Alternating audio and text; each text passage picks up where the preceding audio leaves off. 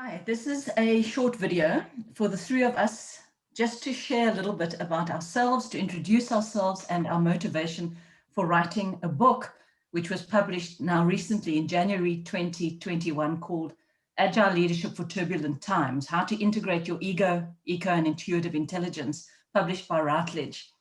So we thought it might be nice just to share a conversation between the three authors about ourselves and what inspired us on this journey to research this topic and to write this book. So Frederick, maybe you can kick us off. You were really instrumental thought leader that certainly inspired me to start thinking more deeply about these concepts. Maybe you could just share what inspired you. Yeah, thank you, Sharon. Well, there are two things. Number one is I grew up in my first years as an academic at the University of South Africa, where we conceptualize and look at the world. I was a sociologist in the time of tremendous turmoil in South Africa. And then I left. I became a management consultant for about 20 years. Working with managers and leaders all over the world and trying to solve the problems of their companies. Now, as an academic, there are actually two things that intrigued me. Number one, I got very conceptually claustrophobic, if I could put it that way, with the structuralist, functionalist models of society and of business, of hierarchies. And when I get engaged, I could see it just doesn't work. And so I was searching for a new way of viewing the world. And a few things happened, but the whole notion of complexity thinking really caught on to me. I found a little bit of getting out of this claustrophobia, finding myself in a new world where we see the world as an interdependent, non-linear entity that are as emerging. So that is the one. The other academic thought was actually what is that special characteristics that makes us human? What distinguishes us from the animals and the plants? Now that seems very obvious. And from artificial intelligence. I don't know. But I was always intrigued, even when I wrote my PhD, about what we call human intelligence. You know, we as humans do not have a strong instinctual ecosystem. We only have that, as we call two instincts. So one is to suck, and the other one is to kind of hold when you put in a baby. But we need to rely on our intelligence to construct a world, our world that we live in, and to connect with other people. And I once picked up the book of Otto Scharmer when you talk about ecosystems and ecosystems. And I say, aha, there it is. We've got ego intelligence and eco-intelligence. Eco-intelligence, that intelligence that connect us with other people. So from an academic point of view, that was kind of my motivation of writing the book. Now, obviously, I've got some personal stuff, but I can share that later on if you think it's No, that's brilliant. Yeah, and so that's where the terms ego and eco originated, and we explored that then through a big research project, which went on for a good 2-3 years, where we started exploring how leaders make sense, drawing on ego and eco intelligence. Eco-intelligence is not emotional intelligence on steroids, you know. It's not an emotional thing, it's a systemic thing. You see how different entities kind of interact with each other. Sorry. Yeah, brilliant. I'm sitting here smiling because as I'm listening to you, Frederick, talking about your early years as an academic in the university in Pretoria, I'm thinking how different our early years were, because I was sweating over a hot stove in a kitchen in southern France. I actually worked as a chef for 10 years. Wow. And I'm much more interested in the how-to of leadership than the why, if I'm honest, which is perhaps strange being based in an international business school.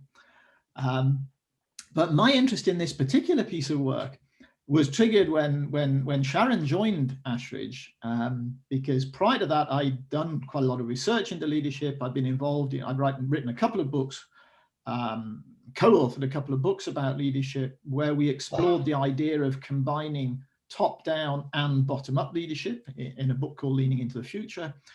And then a book called Living Leadership, where we looked at the polarities that leaders have to face all the time. How do you deal with having to accelerate and slow down at the same time? How do you deal with having to maintain distance and get up close to people, for example? And Sharon arrived and she was talking about her work and the work she'd done with Frederick around the emerging idea of ego and eco leadership. And I kind of reacted to the word ego and said, oh, no, ego, we can't use the word ego. That's passé, that's kind of almost persona non grata, the ego in any sort of leadership. Yeah. And as our conversations went on, so the idea of actually thinking about these three different forms of leadership intelligence, three different ways of conceptualizing leadership. So rehabilitating the ego, exploring the eco, and then adding in intuitive leader. Colin and I redesigned a program at Ashridge that's now called the Transformational Leader, where this became a central framework. And I think as the more we shared this with leaders, the more we were able to develop our thinking, because we were getting feedback in every single program about how this was playing out and how leaders are perceiving these different intelligences. And we were absolutely blown away about how this became an easy language, a framework for leaders to look at themselves. And that then led us to develop a diagnostic instrument where leaders could assess themselves on their blend, saying that all three are really important. They're interdependent. Each one of these intelligences on its own is actually a problem in the organization. They need to be used as a blend interdependently. And one key learning for me was actually my whole experience of joining Ashridge for the first time. Because I came from an entrepreneurial background. I was running with Frederick our own company in Johannesburg for 17 years, kind of doing what we want, when we wanted, total entrepreneurs. And then joining an institution and thinking, oh, how am I going to cope with a job description and KPIs and processes and policies? But was really pleasantly surprised when I was given this absolute latitude and empowerment to say, there's no job description. You go and meet these people over the next 3 months, share your passion and see where there's resonance, and you will find work in that way. And that absolutely suited me. And it was such an ecosystem. It was constantly evolving. There were communities of practice coming together around common themes. People were really encouraged to explore their purpose, their essence, what they brought. And that was fantastic. But I soon realized that because that was the essence of it, we were lacking the ego side, which was strong, rigorous financial control, knowing the profitability of each project, having closure, making things happen, having a clearer strategic plan.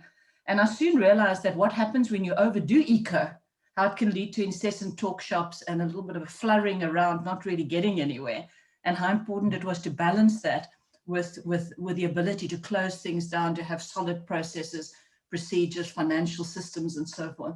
Once we put our head down, I mean, we basically managed to get this book written in about, 7 or 8 months? Yeah. And it was published now in January by Routledge. And we've decided to do a series of videos just on different aspects of the book, different chapters, to create some understanding and some insights with our friends and colleagues and networks. So the book's essentially structured in sort of 4 parts. The first is looking at the world that we live in today, the turbulence, and why there's a need for these 3 intelligences, how they play out from a complexity perspective. And we've developed an overarching model or framework as to how these 3 interrelate and work together in a seamless process. We define leadership as a process rather than a person or a position. And that these 3 intelligences are crucial elements of this interdependent process, which consists of divergence, integration, and convergence. And then we deep dive into each of the chapters, which is ego, eco, and intuitive intelligence. And then we bring it all together with relating it to organizational culture, positioning leadership and culture as 2 sides of the same coin, and how important it is for these 2 to work. And then the very last chapter, last 2 chapters is about making it quite personal. Where are you on your leadership transformational journey? Where are you on the ego stages? And what is your next integration point as a leader? And then it also offers you this diagnostic, this blend, this diagnostic tool where you can assess your own blend, and then a whole lot of practical tips on how to become a more blended leader in applying these 3 intelligences. So we hope that you will enjoy the read and that you will stay in touch with us, reach out to us on LinkedIn. and let's continue the conversation.